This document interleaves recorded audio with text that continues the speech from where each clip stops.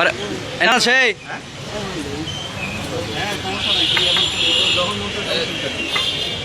আর আগে সুন্দর করে বসাইলাম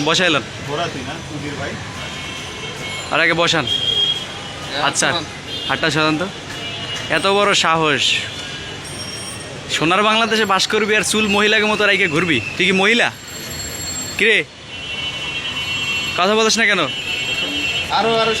সামনে দিয়ে কাটেন, সামনে দিয়ে কাটেন। হ্যাঁ গুড। এই চুলে ডাস্টবিনে ফেলা আর হাতে দে